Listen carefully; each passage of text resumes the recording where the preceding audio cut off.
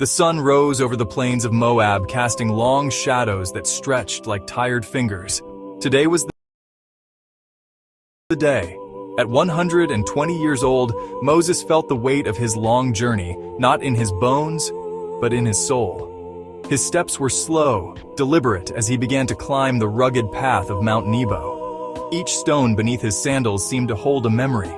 Red Sea parting, manna falling from the heavens, the people he had led for 40 years. The air grew thin, but his spirit felt full. Not an end, but a completion. A final conversation with the God who had called him from a burning bush. The world below shrank with every step. Tents of the Israelites spread like a promise. He had guided, scolded, and loved them with a shepherd's fierce heart. He knew he would not lead them across the Jordan. That was Joshua's task. No bitterness, only quiet acceptance.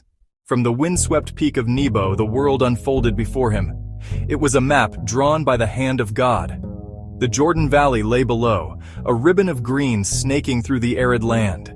The distant oasis of Jericho, the city of palms. His old eyes, blessed with divine sight, gazed further.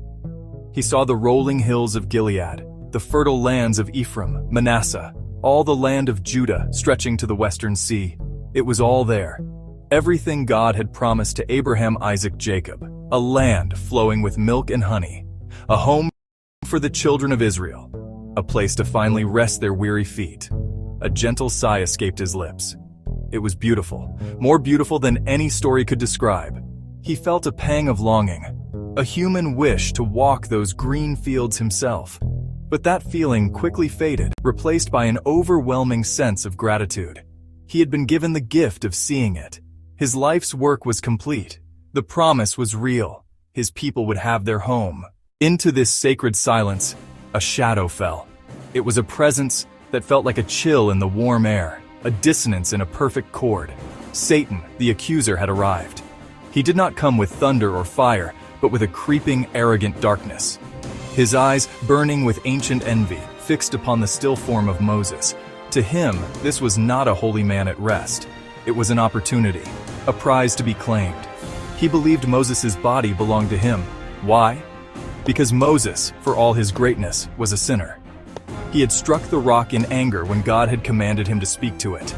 An act of disobedience. Satan's argument was simple, legalistic, and cruel. He was the prince of this world, the master of all that was fallen and imperfect.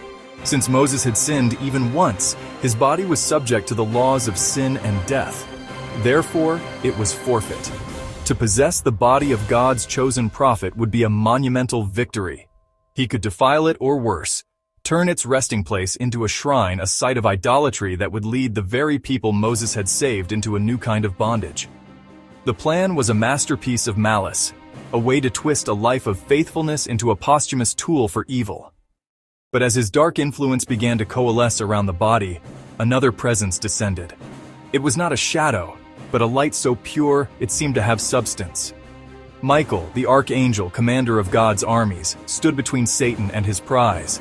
Clad in celestial armor that shimmered with the glory of heaven, Michael's presence was one of unwavering strength and profound authority. He had not come for a fight in the mortal sense. He had come as a guardian, a protector, sent by God to ensure that his faithful servant was honored in death as he had been in life. Satan began his case, his voice a venomous whisper that twisted the truth. "This man is mine," he hissed, gesturing to Moses. "He struck the rock. He disobeyed the very God you claim to serve." The law is clear.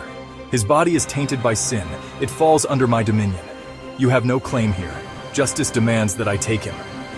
Michael listened, unchanging. He did not flinch. He refused to argue the finer points. To argue with the father of lies was folly. Moses was imperfect, but Michael knew God's limitless grace and mercy. The accuser saw only the sin, the single act of disobedience. Michael saw 40 years of faithfulness. He looked at the Prince of Darkness and spoke to end the dispute. "The Lord rebuke you." Not Michael's challenge, but appeal to ultimate authority. A final snarl. The shadow dissipated. In a place no man would find, he laid him to rest, watched by the Creator's eternal love.